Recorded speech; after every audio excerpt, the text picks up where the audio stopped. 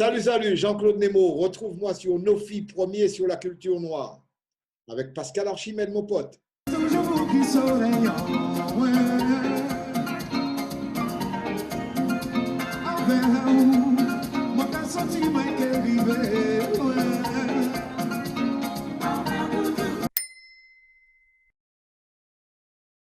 Bonjour Jean-Claude Nemo. Salut, salut, Pascal. C'est un plaisir de te recevoir aujourd'hui. Ah ben, je te remercie.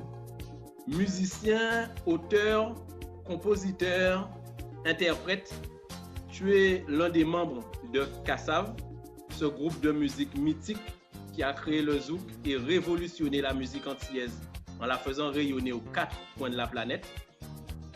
Pour commencer, peux-tu nous parler de tes débuts dans la musique avant ta rencontre avec les membres de Kassav? Parce que j'ai entendu dire que tu as appris à jouer du piano dès ton enfance. Ben, c'est-à-dire qu'il y avait un piano chez moi quand je suis né. Enfin, quand je suis né, non, peut-être pas. Il y avait un piano à la maison. Donc, par un concours de circonstances, personne ne jouait sur cet instrument. Donc, je me suis mis. Donc, voilà. Et après quelques années, mon père a décidé de me faire prendre des cours de classique parce que il estimait que si j'étais vraiment intéressé par cet instrument, il fallait aller jusqu'au bout. C'est pas juste. Et c'est devenu plus qu'un plaisir, quoi, si tu veux. D'accord, ok. Parce qu'en fait, donc toi, si on parle date, donc tu es né en 1951 à Saint-Pierre en Martinique, mais par contre en 1969, tu te rends en France, à Paris, pour devenir prof de musique. Oui, en fait, mon père m'a pas trop donné le choix quand j'ai échoué au bac. Ok, Il m'a dit soit je refais une année et je laisse ma musique de côté, soit je vais dans une école à Paris pour me préparer au professorat de collège, puisque c'était la seule école, l'une des rares écoles qui préparait un professorat de collège sans avoir besoin de bac. d'accord. Donc j'ai choisi cette option. Et voilà, de fil en aiguille, j'ai été dans cette école. Quand j'y suis sorti, j'étais à l'armée. Et après l'armée, j'ai un peu fait marche arrière quant au fait de devenir professeur, on va dire. D'accord. Parce qu'en fait, en 1976, tu crées le groupe de jazz Mosaïque avec Bob Brault. C'est pas un groupe de jazz, hein, c'est un groupe on appelait ça à l'époque jazz rock. C'était un peu les enfants de Miles Davis, mais bon, ce qui était appelé jazz rock, c'était plus proche du funk, un peu jazzifié, mais ça n'avait, bon, c'était très loin du jazz, à proprement parler. Je n'ai jamais été un musicien de jazz, tu vois.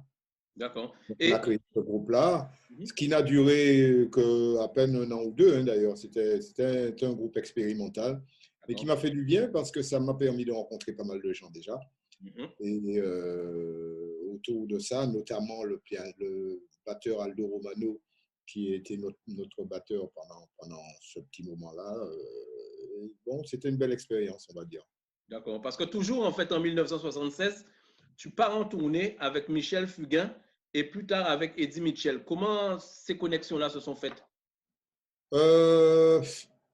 À l'époque, à Paris, j'avais déjà beaucoup d'amis qui travaillaient à droite, à gauche dans le showbiz français. Donc, quand Michel Fugain a eu besoin d'un pianiste pour enregistrer en studio, ils ont fait appel à moi. Et comme la tournée venait après, en fait, c'était même pas Michel Fugain, et c'était la compagnie.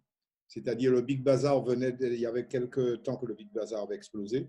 Et Michel Fugain refaisait un groupe autour de lui qui s'appelait comme ça. Et j'ai pu partir en tournée avec lui. Et quand on rentre dans le showbiz français, en fait, quand on est sollicité à droite, à gauche, parce qu'on compte. Tu rentres là chez Fugain, tu finis par connaître des musiciens d'Eddie Mitchell, etc. Et donc, j'ai fait un peu le passage dans la variété française pendant quelques années. D'accord. Et en 78, tu pars en tournée avec Manu Dibongo, avec qui tu joueras pendant quand même 3 ans. Oui, oui, Manu. En fait, Manu, c'est venu du fait aussi que je commençais beaucoup à jouer beaucoup faire des séances avec les Camerounais. Depuis pas mal de temps, à la suite de quoi Manu a fait ma connaissance et m'a demandé rentrer dans son groupe. Groupe dans lequel il y avait aussi Michel Alibo en tant que bassiste. OK. Et Jean-Pierre Coco en tant que percussionniste. Donc, il y avait 3 ans, nous étions 3 Antillais dans le groupe et ça a duré 2-3 ans, oui. OK. Et en 79, donc, tu enregistres à Los Angeles avec Jen Page, qui était l'arrangeur de Barry White, et tu vis 1 an à Los Angeles dans le milieu musical. Parle-nous un peu de cette expérience. Comment ça s'est passé? Ben là aussi, c'était. Moi, j'aime bien les coups de tête comme ça. On me propose quelque chose. Mon pote m'a dit, viens enregistrer aux États-Unis. Je dis, ah bon, bon, ok, ouais, pourquoi pas. Comme j'étais branché très funky à l'époque, j'ai toujours été assez attiré vers cette musique américaine qui est le R&B, le funk et tout ça. Donc, je suis parti faire cet album. Mais comme l'album ne pouvait pas se faire parce que le chanteur, il voulait vraiment des musiciens bien précis. Il voulait Lee Turner à la guitare, il voulait Gene Page comme arrangeur. Et comme ces gens-là ne sont pas toujours dans la même ville, il faut les réunir et tout ça. Donc, ça a duré quelques mois, 2 mois. En fin de compte, ça a duré plus d'1 an. À la suite de quoi on a enregistré cette bande, mais l'album n'est jamais sorti. D'accord, ok. Parce que, bon, après, je suis rentré à Paris, hein, donc je ne sais pas trop pour quelle raison, mais bon, en fait, ça a été une expérience de plus, quoi, finalement, pour moi, de côtoyer les musiciens américains, Wawa Watson, à l'époque, qui était le musicien très prisé. Il y avait Paulino da Costa, il y avait tous ces gens-là qui étaient des musiciens de studio très prisés. Donc, ça m'a permis de faire leur connaissance et c'était une belle expérience pour moi, quoi. Ouais, une expérience enrichissante. Et donc, à ton retour, en fait, tu repars en tournée avec Philippe Laville et tu accompagnes aussi Céline Dion qui en est Non, à non, tous ses non. débuts. Non, j'accompagne pas Céline Dion. En fait, quand j'ai été avec Philippe Laville, on a fait l'Olympia. Mais Philippe Laville était en première partie. Ce qu'on appelait, il y avait à l'époque ce qu'on appelait les vedettes américaines. Il y avait ensuite une première partie et le principal chanteur. Donc, c'était l'Olympia de Patrick Sébastien. La première partie était faite par Philippe Laville et à l'époque, j'étais son pianiste. Et dans la première partie, il y avait la vedette américaine qui était Céline Dion, qui avait 12 ans ou 13 ans et qui chantait 2 titres ou 3, je ne me rappelle plus. Donc voilà, c'est bon, mais je ne suis pas parti en tournée avec elle. De toute façon, elle ne faisait pas tourner, elle avait 12-13 ans, sa mère l'emmenait sur scène, et voilà. Mais là aussi, c'était aussi un truc de plus, quoi. Bon. Tu vois, c'est pour ça que j'aime avoir ce genre de conversation-là, de manière à rectifier certaines choses que tu trouves en fait sur le net. Bien sûr. En fait, donc, merci pour cette réponse et merci pour cette justification. Et donc, on arrive en 81. En 81, tu participes pour la première fois avec Jacob Desvarieux et Georges et Pierre-Édouard Décimus à l'enregistrement du 3e album de Kassav. Alors, comment s'est faite cette rencontre, voire même cette connexion avec les membres du groupe Kassav? Ben Jacob, on se croisait, on ne se connaissait pas vraiment, mais on se croisait souvent dans le studio Johanna, qui était le studio de l'époque à Montreuil, un petit studio où tous les Africains venaient enregistrer, etc. Et comme Jacob bossait beaucoup avec les Africains et moi aussi, sans se connaître, on s'est croisés un peu 1 ou 2 fois, il a entendu parler de moi et il m'a demandé de venir enregistrer, non pas un album de Kassav. Là aussi, il y a une rectification. La première fois que je suis venu rejoindre Jacob, c'était pour apparaître dans l'album que produisait Jacob avec Georges pour son album personnel qui s'appelle La Vie.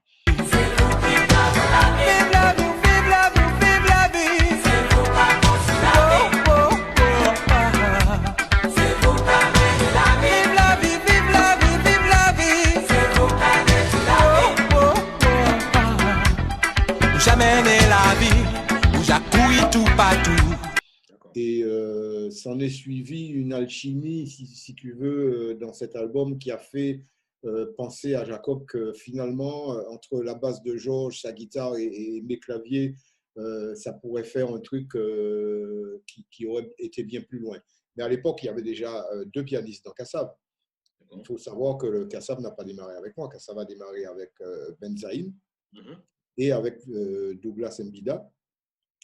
Et là, comme Benzaïm n'était pas libre pour le premier voyage que Kassav faisait à l'étranger, on va dire, c'était à La Réunion, Jacob m'a demandé ensuite, après cet album-là, de venir remplacer Benzaïm. Et à mon retour, il m'a demandé de rester. D'accord. Donc, voilà. OK.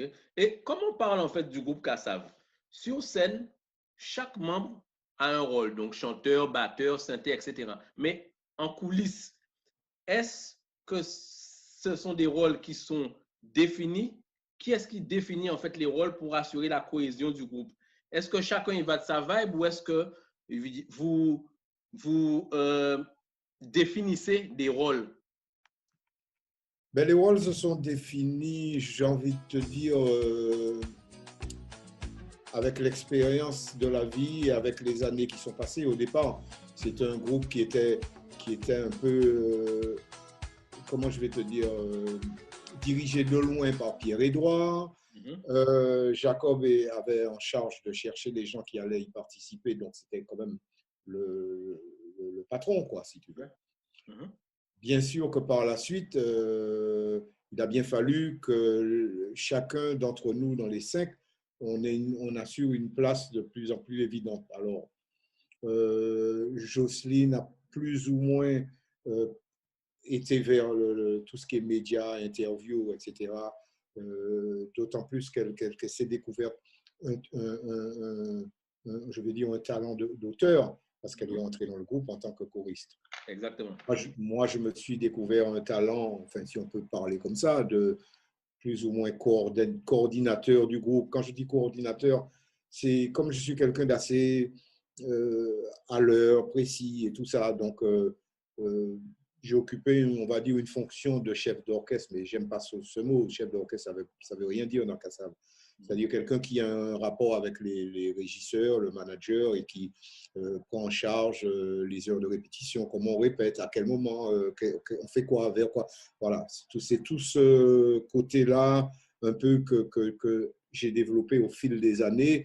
Et puis un côté un peu aussi préparateur des spectacles de Zénith, etc., de salle de spectacle, comment on voit le spectacle, avec quoi, quel artifice on va mettre, etc. Comme si j'ai toujours été très attiré vers le cinéma, vers la mise en scène. Donc ça m'a incombé de manière un peu naturelle, si tu veux. Georges, c'est plus le côté... alors Georges a une particularité, c'est en plus d'être un musicien qui sait s'adapter à ce que tu veux, il a une manière de réunir les gens et de les mettre dans une vibe positive, ne serait-ce que par ses talents culinaires, qui fait que c'est important aussi d'avoir ce que j'appelle le fou du roi, quoi. C'est-à-dire l'élément perturbateur, en fait, forcément perturbateur du groupe. Et quand tu réunis toutes ces aptitudes-là, ben, ça fait un groupe quoi, qui est assez homogène et chacun a non seulement une manière de fonctionner pour que le groupe aille plus loin, mais chacun reste dans son rôle. Pour revenir sur Jacob, par exemple, quand on enregistre, c'est lui qui est le majordome, on va dire. C'est-à-dire qu'en studio, c'est lui qui prend les choses en main, qui va décider des séances, comment on les fait, à quel moment celui-là va venir, comment on va, etc. Donc, c'est bien parce que ça nous a permis de nous découvrir nous-mêmes d'une part, mais en plus de fonctionner, si tu veux, sans se marcher sur les pieds. Voilà. Donc, Jacob a son rôle, Jocelyne a son rôle, Joël a son rôle, j'ai mon rôle, Patrick et Jean-Philippe, c'est plus un rôle qu'ils ont sur scène. Patrick à l'époque et Jean-Philippe. C'est-à-dire qu'ils ne s'immiscent pas trop dans l'organisation du groupe. Par contre, arriver sur scène, ce sont ces deux-là qui ont le pouvoir, on va dire. 3, 4, aïe, mise au plat, aïe, ça c'est au plat, aïe, mise au plat, aïe, ça c'est au plat, aïe, mise au plat. C'est comme on fonctionne un peu comme un ministère, on va dire. Tu vois?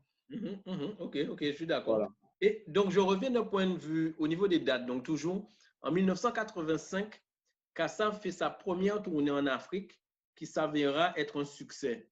Quel souvenir en as-tu gardé de cette première tournée en Afrique? Euh, le souvenir que on est reconnu sur un continent beaucoup plus que chez nous. Ouais. Alors, c'est vrai que celui qui a inventé la phrase qu'on n'est jamais prophète dans son pays, il a vu tout juste. Parce que les Africains se sont beaucoup reconnus dans nos premiers titres, si tu veux. Okay. Et à telle enseigne que on était presque gênés d'arriver dans des stades où les gens nous attendaient comme des stars, alors que, ouais, bon, d'accord, chez nous, on est connus, mais bon, c'est pas ce point, tu vois. Ouais. Et ça te fait un choc que tu comprends pas trop les premiers temps. C'est à Abidjan, en Côte d'Ivoire, que l'histoire d'amour entre Kassav et l'Afrique commence. Nous sommes en 1985. Le groupe attire plus de 40 000 personnes. Ce sera le début d'une grande tournée africaine qui passera par Kinshasa, Yaoundé, Dakar ou encore Luanda. Exact, parce que tu sais, dans un entretien, Jocelyne Béouard, donc membre du groupe Kassav, a dit, et je la cite, « Il faut rappeler que Kassav a dû d'abord triompher en Afrique avant que la France ne nous accepte vraiment. » Quel rapport vous entreteniez à l'époque avec les médias nationaux français? De toute façon, le rapport, il n'y en avait pas énormément. Hein. C'est quand on a commencé c'est quand on a signé chez Sony que bon, les choses ont été un peu plus nationales et qu'on nous a... Parce que le premier Zénith, on l'a rempli sans l'aide de personne, juste parce qu'il y avait notre peuple guadeloupéen et martiniquais derrière nous. Tu vois, donc notre réussite, on l'a jamais... On ne la doit pas à la France, tu vois. Ouais, quand les choses sont devenues nationales, bien évidemment, on est rentré dans le paysage avec une façon un peu, comment je vais te dire ça? Parce qu'on arrivait avec notre langue. On ne chantait pas en français et on n'a jamais chanté en français. Donc il fallait se trouver une place qui n'était pas évidente. Ça s'est fait par la force des choses parce que année après année, qu'on le veuille ou non, chaque album qu'on sortait était un album où il y avait 2, 3, 4 tubes. Donc, c'était une chose tellement évidente petit à petit, on a forcé les portes des médias français, si tu veux. Et justement, donc, chanter uniquement en créole, est-ce que ça a été un vrai frein à la diffusion de votre musique dans les médias nationaux? Non, ça ne l'a jamais été, puisque, comme je t'explique, on était déjà largement connus, publicités et aimés chez nous déjà. Donc, le train était déjà lancé. Et quand je dis chez nous, c'est chez nous, mais aussi en Afrique et dans les autres départements, sans qu'on le sache vraiment, mais je ne sais pas, à Tahiti ou je ne sais où, les autres départements français, parce que la radio faisait forcément office à cette époque, même si c'était, ils n'écoutaient pas ça toute la journée, parce que c'est sûr qu'on n'était pas les chouchous des radios françaises. Donc, mais quelque part, le travail se faisait underground et jusqu'à ce que nous-mêmes, nous découvrons en Afrique, arrivé là-bas, qu'on est star, tu vois, alors qu'on ne le savait pas vraiment. Mais donc, en parlant de créole, lors du même entretien dont je faisais référence, Jocelyne Béouard évoquait l'existence d'un zouk chanté en français plutôt qu'en créole, qu'elle trouvait insipide. Selon toi, le zouk ne devrait-il être chanté qu'en créole? Oh, tu sais, moi je pense que les gens font ce qu'ils veulent. D'ailleurs, la génération qui est venue après nous, il y en a très peu qui ont continué à porter le flambeau du créole. Tu vois bien que toute la génération après, il y en a 2 ou 3, mais plus ça a été dans le temps, plus ça a été en français, le zouk est devenu le zouk qu'on déclinait en français. Alors, ceux qui réussissent à percer à l'échelle nationale, ben c'est tant mieux. Moi, je dis parfait, la compagnie créole a bien réussi. Voilà, chacun a son créneau. Moi, je ne limite rien. Moi, je dis simplement que plus un groupe réussit avec sa langue, mieux c'est. Mais bon, tu sais, dans ce domaine, surtout quand tu prends le domaine des arts, chacun fait ce qu'il veut. Bien sûr. Mais est-ce qu'on peut parler de réappropriation culturelle lorsque des personnes non afro chantent le zouk? Ah ben, euh, quand on a été en Angola, par exemple, Mhm. euh, au-delà de chanter le zouk en créole ou pas, c'est une petite partie de l'iceberg, parce que quand tu regardes bien, on a été en Angola où la musique à l'époque, chez eux, n'avait rien à voir avec le zouk. Mhm. 20 Mhm. ans ou 30 ans après, eh ben, ils ont créé le kizomba qui est du zouk à leur manière. Exactement. Donc ça veut dire que le fait qu'on ait été chez eux et qu'on ait présenté cette forme musicale alors qu'ils n'étaient pas du tout dans ça. Ils avaient une musique, parce qu'il ne faut pas oublier qu'en l'Angola, c'était, on va dire, musicalement, ils ont les mêmes instruments qu'au Brésil, Ouais, c'est ça, c'est clair, c'est parce clair. qu'ils sont portugais au Exactement. départ. Enfin, ils sont Ouais, une portugais. ancienne colonie portugaise. Je m'entends, voilà. Donc, quand tu vas là-bas, tu as le berimbau, tu as le cuica, voilà, et puis leur musique africaine. Donc, ça n'avait rien à voir avec du zouk. Donc, ça veut dire qu'on a frappé des esprits et l'esprit de toute cette génération qui est venue nous entendre sur les stades et qui avait 10-12 ans et qui 10 ans après ont fait le kizomba qui non seulement euh, a été repris chez eux comme une musique mais comme une danse maintenant. Ouais, Il y ouais, a des écoles de kizomba de danse. ouais, Donc c'est clair. je dis c'est quand même gratifiant pour nous, quoi.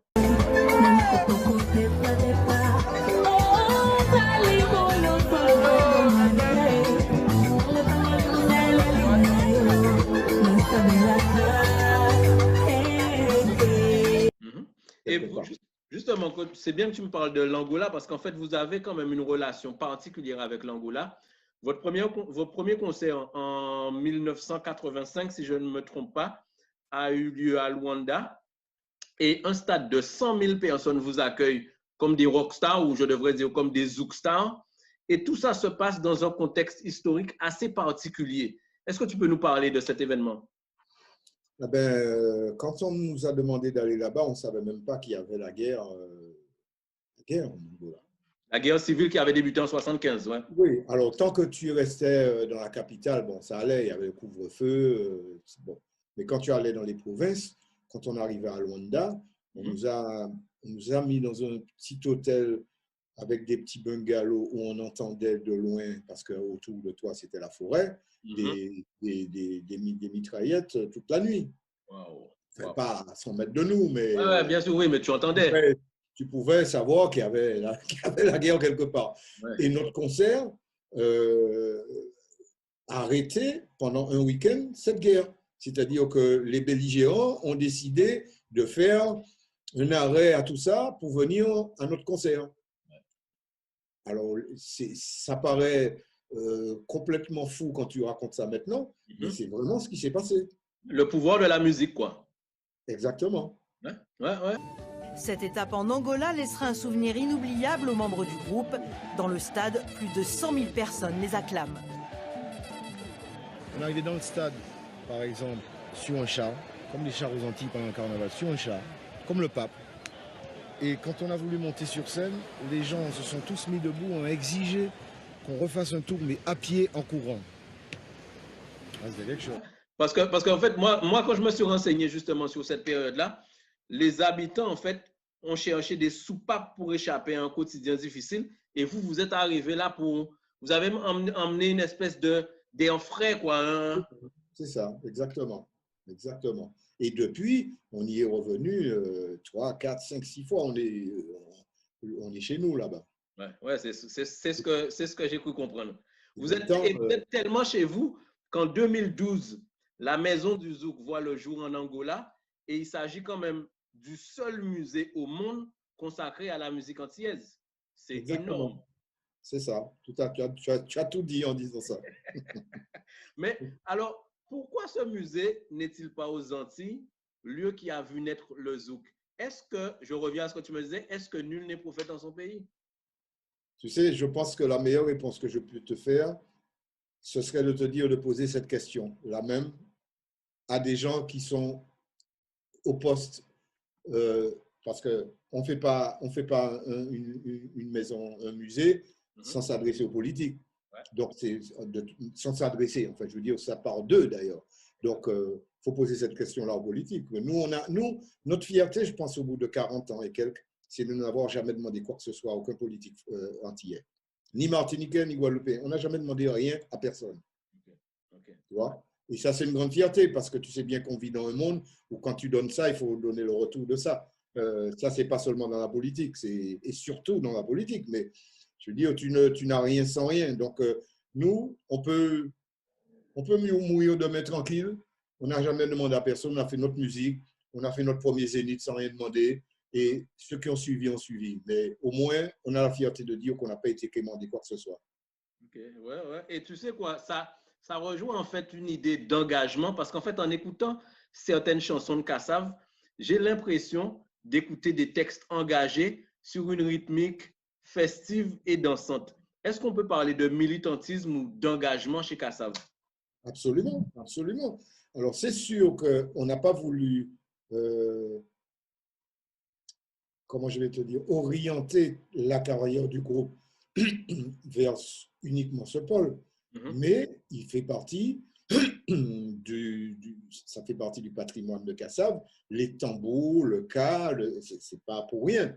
Ça veut dire quelque chose. Les textes, bon, alors, on a, au fur et à mesure des années passées, considéré qu'il n'y avait pas que ça dans la musique. Tu ne peux pas faire une musique engagée tout le temps, sinon tu risques de perdre dans beaucoup. Tu es obligé de mettre le côté festif aussi. Bien Mais sûr. le côté festif te permet aussi de placer quelques pics à droite à gauche. C'est ça qui est intéressant. J'ai bien compris. Ouais. Tu sais quoi, je souhaite m'arrêter sur 3 morceaux que je considère engagés et recueillir tes impressions. Le premier morceau que j'ai en tête, c'est En bas chaîne là. Et pour moi, la thématique, en fait, c'est l'exil des Antillais, l'esclavage et la conséquence de l'esclavage sur notre façon de penser. Est-ce que je suis dans le vrai? Est-ce que je suis à côté de la plaque? Tout à fait. De toute façon, le texte parle de lui-même, hein, parce que là, il n'y a pas de compromis dans ce texte-là. En bas chaîne là, c'est en bas chaîne là. En bas chaîne à bateau là, il n'y a pas à savoir de quoi tu parles. Voilà, c'est clair et net. Avec derrière démarrer. Voilà. À qui comprendra? À vous de comprendre, en fait, en gros. Ouais, c'est plus que subtil, c'est carrément engagé, vraiment. Le deuxième morceau que j'ai en tête, c'est Business, qui avait été chanté donc, par Patrick Saint-Éloi et Jean-Philippe Martelly, qui raconte un peu la vie de certaines personnes issues du ghetto qui nagent dans l'illicite pour vivre ou pour survivre. Et tout cela, en fait, accompagné de messages positifs, toujours qu'un solide, attention pour ne pas glisser, garder là où on va marcher. Oui. Est-ce qu'on peut la considérer, cette chanson, comme une chanson engagée? Oui, mais il y a plus engagé que ça. Bon, ça c'est engagé, mais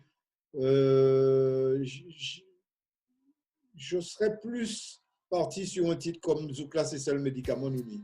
Pourquoi? Il paraît un titre festif, il est festif, mais derrière ces paroles qui paraissent anodines, il y a quand même une sérieuse prise de conscience parce que c'est ça le médicament Nouni, c'est pas, tu peux l'interpréter de 2 ou 3 manières. Et quelles interprétations pourrait avoir? Si tu l'interprètes de la manière politique, d'ailleurs les politiques ne sont pas privés pour l'utiliser et pour prendre à leur compte cette phrase. Cette phrase n'est pas anodine. C'est seul médicament Nouni. Ça veut dire que, à part s'amuser, la vie est raide, la vie est dure. Donc, quand tu écoutes vraiment chaque phrase de ce texte, il est tout aussi engagé, mais beaucoup plus subtilement. Ouais. Et le troisième morceau que j'avais en tête, c'est Mwendio Awa, où il est fait référence au mythe du fonctionnaire roi aux Antilles. Oui. Environ fonctionnaire hier. Ouais, ouais, ouais. Je suis dans le vrai ou pas? Absolument. C'est une manière de dire aux gens, c'est bien joli de le paraître. Et c'est pas ça la vraie vie. Quelque part. Ok. Ah. Et en parlant du zouk aujourd'hui, quel regard tu portes sur le zouk aujourd'hui?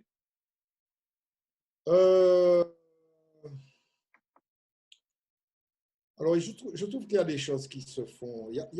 Comme dans toute musique, il y a des choses qui se font dans une continuité, avec des nouveautés, puisque chaque appareil, chaque nouveau logiciel, puisqu'on est dans le monde du logiciel, te permet d'aller, je ne dirais pas d'aller plus loin, mais de prendre des directions différentes. Avant, quand tu composais, que ce soit le zouk ou une autre musique d'ailleurs, tu prends un instrument, une guitare et puis tu composes. Après, tu vas te mettre tout ce qui va autour, les batteries, les ceci, les arrangements, les cuivres, etc. La musique se fait de moins en moins comme ça. Pourquoi? Parce que l'ordinateur a créé un système où chacun compose chez lui, pour la plupart des gens, avec des home studios, comme ça s'appelle maintenant, et avec des machines qui te permettent si tu veux composer un titre, tu peux composer un titre sans jamais toucher un instrument. Parce qu'il y a ce qui s'appelle les loops maintenant, où tu peux prendre quelque chose qui existe déjà en le payant. Une tournerie de batterie, une tournerie de basse. C'est une autre manière de composer. Tu prends cet élément-là, tu l'ajoutes à un autre élément, tu as une tournerie et tu peux faire un titre de ça. Donc, c'est une autre manière de voir les choses, une autre manière de composer. Et ça a du bon, ça a du mauvais, comme tout dans la vie. Alors, le bon, c'est que on a des sonorités et des mélanges de sons et des mélanges de styles qu'on ne pouvait pas avoir avant parce qu'on n'avait pas accès à ces logiciels qui nous permettaient de faire cette jonction. Le mauvais, je dirais, s'il y en avait un, c'est les musiciens, on va dire, comment je vais te dire ça, travaillent de moins en moins ensemble, premièrement.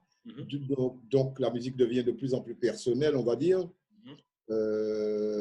Deuxièmement, peut-être à cause de ça, il y a une pauvreté qui s'installe parce que qui dit que tu travailles tout seul et avec moins de possibilités de rencontrer d'autres gens, d'autres personnes, fait que tu as forcément un appauvrissement quelque part parce qu'il n'y a pas de cohésion. Je dirais pas cohésion, mais je dirais il n'y a pas d'échange tellement. Chacun fait son truc de son côté. Et c'est ce qui est peut-être un peu dommageable dans la musique actuelle, pas plus dans le zouk que dans une autre musique. Hein.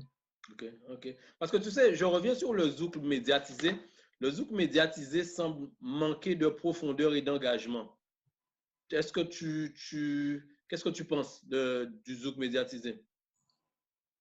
Je ne suis pas certain que ce soit uniquement chez nous hein, que ça se passe comme ça. Ah oui, mais dans toutes les musiques, hein, d'une manière générale. Hein. Mais bon, comme on parle aux États-Unis, le R&B qui était là dans les années 60-70 était revendicateur.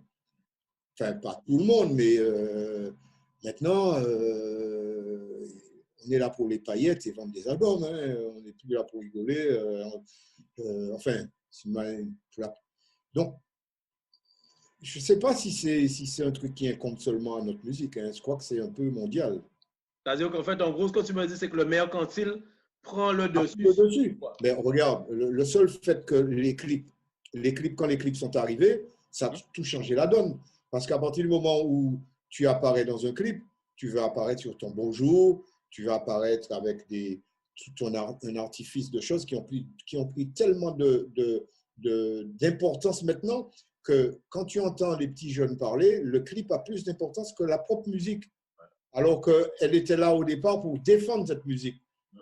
Maintenant, elle n'est plus là pour défendre la musique, elle est l'élément le plus important. Bon, la musique, c'est presque en deuxième. C'est-à-dire qu'en fait, en gros, la musique accompagne le clip, alors qu'à la base, en fait, le clip devait être un support qui accompagne la musique. Quoi. Donc ça change tout. Hein. Ça change tout à ce moment-là. Ça veut dire que l'investissement qu'il y a dans la musique maintenant, elle n'est plus la même qu'avant. Donc, c'est à tous les niveaux, à tous les postes, au niveau de l'arrangeur, au niveau du compositeur, au niveau du parolier, au niveau de… Donc, qu'est-ce que tu veux? C'est comme ça. Hein, Non, c'est sûr, ça va avec c'est dans l'air du temps. Mais en parlant de jeunesse, est-ce que tu penses que la jeunesse antillaise valorise le zouk? Parce que moi, personnellement, je sais que certains jeunes ne se retrouvent pas, ne s'identifient pas dans ce style musical, qu'ils trouvent parfois trop souffrant quand ils parlent en fait du zouk et notamment du zouk love. Ah ben, c'est ça la grosse question depuis quelques années. C'est-à-dire que déjà, pourquoi le zouk? Il faudrait déjà poser cette question. Pourquoi le zouk, en grande partie, s'est transformé en zouk love? Alors, il faut savoir qu'à mon époque, quand j'avais affaire à des producteurs de l'époque, je pense qu'ils ont eu une grosse responsabilité dans cette histoire, parce qu'ils se sont rendus compte que le zouk love, finalement, il est fait pour quoi? Pour danser collé serré avec quelqu'un. Alors que si tu fais un zouk qui est festif, ce sera moins le cas, on va dire. Donc, comme ils ont vu qu'il y avait une niche de ce côté, parce qu'à l'époque, fin des années, on va dire 80 par là, ça s'appelait danser sur un carreau. Les jeunes commençaient à danser sur un carreau, mais ça n'impactait que quoi? Les gens de notre communauté. Tu ne vas pas demander à quelqu'un de notre pays de danser comme nous on danse. Donc finalement, ce truc-là nous a desservi parce que tous les compositeurs, les jeunes générations, on leur a presque demandé de manière implicite à faire une musique qu'on pouvait danser que sur le carreau et donc qui devenait une musique purement sensuelle, on va dire. Donc, au fur et à mesure, le tempo a baissé jusqu'à arriver à des tempos, enfin ça ne veut rien dire pour des lambda, mais quand un musicien, tu lui parles d'un tempo à 86, il comprend tout de suite. C'est un tempo qui est hyper lent et qui permet la sensualité. Sauf que au départ, la musique antillaise, de manière générale, pas plus la nôtre que la trinidadienne, jamaïcaine, ce que tu veux de la Caraïbe, c'était considéré par le reste du monde comme des musiques festives. Et c'est ce côté-là qu'on a perdu. C'est pour ça que moi, je suis un peu désolé de ça. Parce que finalement, c'est une musique qui nous appartient, le zouk love, je parle. Nous, et la France, on va dire, peut-être les pays francophones africains, mais pour le reste du monde, c'est pas porteur. Parce que quand un étranger va venir aux Antilles, pour lui, dans sa tête, il est conditionné pour aller vers des pays où c'est la joie de vivre. Donc, les musiques vont avec. Et tu te rends compte que beaucoup de nos musiques sont à 2 à l'heure. Donc, ça ne respire pas trop la joie de vivre. Mais en plus, quand tu essaies de comprendre des textes, bien souvent, c'est tu m'as laissé, etc. Enfin, bon, ou tromper, ou etc. quoi. Alors, encore une fois, je ne vais pas donner des leçons à qui que ce soit. Moi, j'ai fait mon temps, les jeunes, ils font ce qu'ils veulent. Mais je dis que c'est dommage.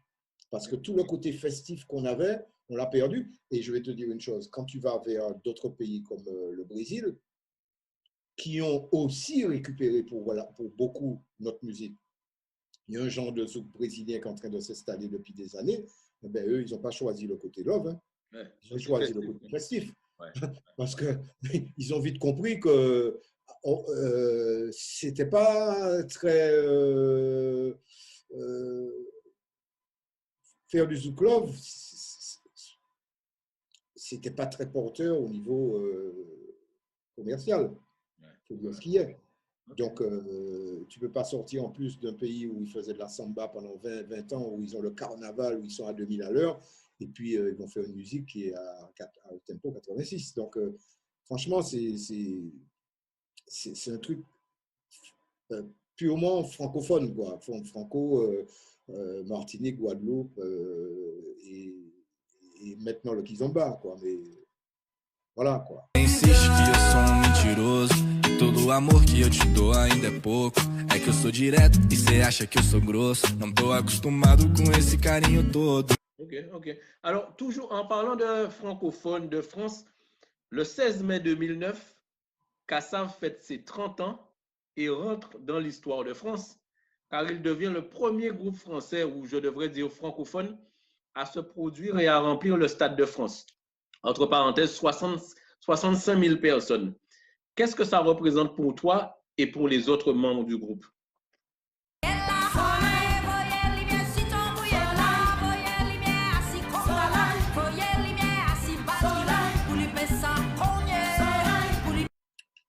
Oh, très honnêtement, pas grand-chose. C'est bien pour te dire, on a fait le premier groupe français qui a fait le Stade de France, c'est bien parce que d'autres vont te dire, ah oui, mais on savait, c'est pas le premier groupe français. Ouais. Ça, c'est politico, machin. Bon. Mais si tu veux, c'est pas de la fausse modestie quand je te dis que ça. Nous, on avait l'habitude de faire des stades déjà bien avant le Stade de France, de 100 000 en Angola notamment, en Côte d'Ivoire, au Cameroun, ou je ne sais où. Donc, bon, c'est un stade de plus pour nous, à part qu'il est à Paris. Bon, donc c'était bien, bon, formidable, hein, parce que voilà. Mais en termes termes artistiques, on a fait tous les grands stades dans le monde, et voilà, c'était un stade de plus, quoi. Ok, alors je continue. Hein. Alors, par contre, là où c'était glorifiant d'une manière où ça nous a fait quand même plaisir, c'est que il y a peu de gens qui savent qu'à ce stade, il y a tous les footballeurs de 98 qui ont leurs mains, comme à Hollywood, à chaque porte du stade, tout autour du stade. Et à part eux, les seuls qui ont leurs mains, à part les footballeurs, c'est nous. C'est vous. Ok, d'accord. Bon. Ouais, c'est bon à savoir. Reconnaissance, parce que les gens, ils marchent dessus, ils ne savent même pas que, tu vois, parce que quand tu arrives autour du Stade de France, c'est pas ça que tu vas chercher. Tu cherches ta place pour aller voir le match, le concert. Et toujours, en fait, dans les décorations honorifiques, 2021, tu es nommé chevalier de l'Ordre des Arts et des Lettres, ainsi que Georges Décimus, Jacob Desvarieux et Jean-Philippe Martelly. Jocelyne. Ouais, en fait, les 5, quoi, les 5 de Kassav. Et Jocelyne Béouard, elle est faite officier de l'Ordre des Arts et des Lettres. Donc, juste pour le rappeler, hein, géré par le ministère de la Culture, il s'agit d'une décoration honorifique française qui récompense les personnes qui se sont distinguées par leur création dans le domaine artistique ou littéraire ou par la contribution qu'elles ont apportée au rayonnement des arts et des lettres en France. OK? Qu'est-ce que ça représente pour toi? Moi, je ne suis pas, personnellement, je ne parle pas au nom du groupe, je parle à mon nom, je ne suis pas trop décoration. Bon, je suis un peu mal à l'aise par rapport à ça. Et quand j'ai dit à un membre de mon entourage que je n'étais pas justement mal à l'aise, que je n'étais pas très à l'aise par rapport à ça, cette personne m'a répondu, tu devrais être fier parce que les gens de ta communauté ne t'ont jamais donné quoi que ce soit. Donc, si la France te décore, alors il faut que tu sois fier de ça. Okay. J'avais pas vu, j'avoue que je n'avais pas vu cela sous cet angle. On a reçu ça, je dis bon, très bien, parfait, mais bon, ça ne m'avait pas interpellé avec cet angle. Maintenant, si tu veux, les décorations, c'est bien. Mais moi, comme je dis, ce qui me fait plaisir, c'est d'avancer, de faire de la musique qui marche, qui fonctionne et que les gens aiment aux quatre coins du monde. Et ça c'est mon credo. Le reste, les reconnaissances, les médailles, les ceci, c'est bien, mais bon, voilà quoi. Je n'en fais pas tout un plat, ça ne m'empêche pas de dormir et voilà quoi. Ok. Et donc, en dehors de ta vie d'artiste, tu t'investis aussi dans le milieu associatif et tu es le parrain de 2 associations, Main en Main pour Palchimin et Delphina. Est-ce que tu peux nous parler de ces associations et de ton rôle au sein de ces... La première qui est guadeloupéenne, je ne suis pas le parrain, j'étais le parrain juste une année bon, pour donner le coup de main. Maintenant, je continue à les aider si je peux. Puisque c'est une association qui est contre les malveillances du 3e âge. Alors, je pense que c'est une chose qui me touche beaucoup parce que je ne supporte pas l'injustice faite aux vieux parce qu'ils sont vieux, parce qu'ils sont inutiles, ils sont devenus… Ça, c'est un truc qui me dérange énormément. Donc, j'ai voulu beaucoup me pencher vers ce problème-là avec la personne qui s'occupe de cette association. Par contre, l'autre, ma fille m'a fait connaître l'association Delphina dont je suis devenu le parrain. Et à double titre, je trouve cette association formidable parce qu'elle aide à l'autre bout de la planète, à Madagascar, les enfants dans les villages en créant des mini-écoles, comme ça s'est passé l'année dernière. Et donc, tu sais bien que tout passe par l'éducation. À partir du moment où un pays, voilà, on ne va pas en faire… mais avant de parler de ceci, de donner à manger aux gens, il faut les éduquer. Et c'est pour ça que dans 20, 30 ans, ils pourront aussi éduquer les leurs et faire des choses dans la vie. Donc, franchement, ça m'a intéressé par ce côté de l'association. Et le deuxième volet de l'association, c'est que en dehors de Madagascar, à Paris, chaque hiver, l'association aide les gens qui sont dehors, dans la rue. J'ai même participé des fois pour aller voir comment ça se passe sur le terrain.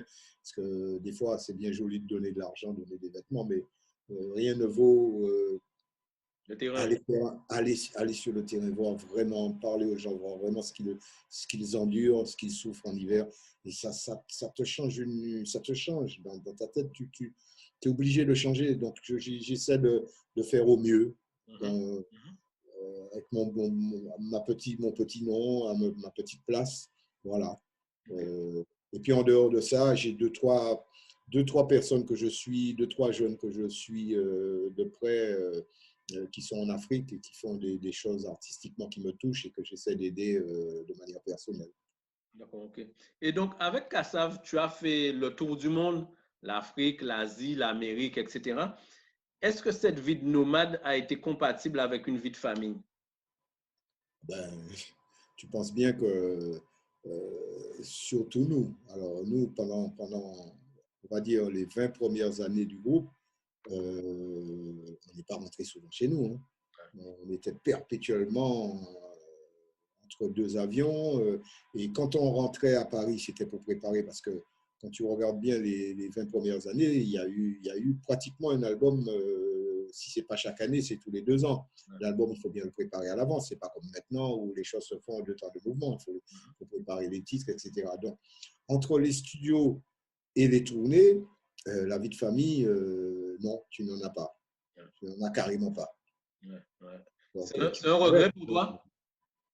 Non, pour regret, non, parce que j'ai eu des bons moments avec ma famille, j'ai eu des bons moments de… C'est une chose que tu apprends à, comment je vais dire, à combiner, parce que c'est pas forcément quand tu es chez toi 24 heures sur 24 sous le même toit que ta famille que tu as une famille parfaite et que tu t'entends parfaitement bien avec les gens. Hein.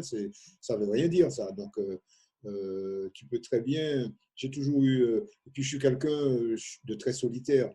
Donc, j'ai toujours été dans mon coin, que ce soit avec ou sans ma famille. Donc, c'est des choses que tu aménages comme tu peux. Et bon…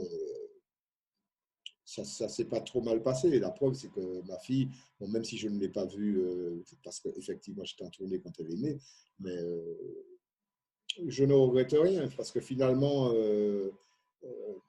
tous ces sacrifices-là, ils rejaillissent bien après, 20 ans ou 40 ans après, sur ta famille, parce que tu as quand même réussi un parcours. Donc, tu ne peux pas non plus vouloir le beurre et l'argent du beurre. Hein. Ouais, semer et récolter, quoi. Ben oui, ben oui. Ouais. Alors, deux petites questions. Tu as récemment mis en ligne ton site internet, Oui. Le Monde de Nemo. Donc, je suppose que c'est un clin d'œil au dessin animé de Disney. Est-ce que tu peux nous en parler? Oui, ben j'ai voulu, tant qu'à faire un site, j'ai voulu faire un site où j'avais un volet dans le site qui amenait les gens vers mon monde à moi. Et mon monde à moi, c'est quoi? C'est des associations dont on vient de parler. C'est aussi la cuisine, parce que je suis très, très branché sur ça. J'ai toujours été branché sur ça. Ok. Il y a même un moment où je voulais ouvrir un restaurant. Enfin bon, voilà. Ouais. Mais j'ai toujours eu ce pôle d'attraction qui est le culinaire et puis le sport. Ouais. Donc, je me suis dit, pourquoi pas faire le monde de Nemo avec ces trois pôles et qui m'ont amené à faire maintenant un volet où chaque mois, je me suis dit, tiens, tant qu'à ouvrir un pôle culinaire, par exemple, ben, j'ai voyagé pendant 40 ans, j'ai fait tous les pays de la Terre. Ceux que je n'ai pas fait avec Kassa, je les ai fait avec Peter Gabriel ou avec Manu ou avec Myriam. J'ai vraiment fait toute la planète. Pourquoi pas revenir sur ça et chaque mois présenter une recette que j'ai prise à droite, à gauche dans chaque pays. Donc, je suis en train de faire ça depuis que j'ai mon site. Et puis, le côté sport, vraiment, c'est un côté que j'ai jamais abandonné, quoi. J'ai toujours été très branché sport, très branché sport mécanique en plus. J'ai toujours été attiré. D'ailleurs, quand j'étais petit, je voulais être vraiment un pilote avant d'être un musicien. Mais bon, quand tu es en Martinique, dans les années 60, c'est peu probable que tu arrives à faire… voilà, donc j'ai vite oublié cette histoire-là, mais l'envie m'est toujours restée. Avec mes potes, je fais souvent on fait des virées en karting, quand on a le temps, quand on peut, on fait… et puis, je suis des fois invité dans des trucs de sport automobile. D'accord, ok. Et dernière question que j'ai à te poser, est-ce que tu as des projets à venir? Ah oui, parce que tu sais, je suis quelqu'un… si je me réveille le matin et que je n'ai pas dans mon cerveau un projet que je fais ou que je dois faire ou que je dois mener à bien, je verse très vite vers la déprime. Okay. En fait, je ne supporte pas de savoir que je n'ai rien à faire. Okay. Je ne sais pas faire ça. Me rester la grasse matinée, je déteste ça. Okay. La sieste, encore plus. Et je suis comme… on dit que la nature a horreur du vide. Ben moi, je suis comme ça. Je fonctionne qu'en sachant que j'ai ça à faire, que je dois mener ça à bien. Donc là, j'ai mené à bien pendant le confinement parce que c'était exactement le problème que j'ai eu le premier mois où je me suis vu en février bloqué à la maison à n'avoir rien à faire. Ça m'a donné l'idée de faire le site que j'ai fait avec un gars qui est vraiment une perle, qui m'a fait un site absolument fabuleux. Mais le site m'a donné envie de faire un concours de karaoké. Donc, j'ai dû bosser à peu près 15 ou 16 titres à moi pour les mettre dans le concours de karaoké. Le concours que personne n'avait jamais fait, un concours qu'on a décidé de faire avec mes potes du studio, Dick Studio. On s'est dit, tiens, pourquoi on ne fait pas un concours par le net maintenant qu'on est tous confinés? Ça m'a donné envie de faire cette expérience jusqu'au bout. On a eu un gagnant. Ce gagnant, je suis en train de lui faire le titre puisque le gagnant est censé reprendre le titre qu'il a chanté, qu'il a fait gagner et le reprendre en studio avec moi. Donc, je suis en train de reprendre ce titre en studio avec lui faire un clip qui va sortir quand les histoires de Covid vont aller mieux. Et donc, ça, c'est déjà ce premier projet. Et j'en ai deux qui suivent encore. Que je mène en même temps. Ok. Ouais. Voilà. Il faut vraiment, on repense en fait le monde. On est en train de repenser le monde. Ouais. Ok. C'est ça. Ok. Bon, en tout cas, je te remercie beaucoup, mon frère, pour cet échange. Je t'en prie, c'est moi. Et puis, on reste connecté. Ça marche. Impeccable. Nickel.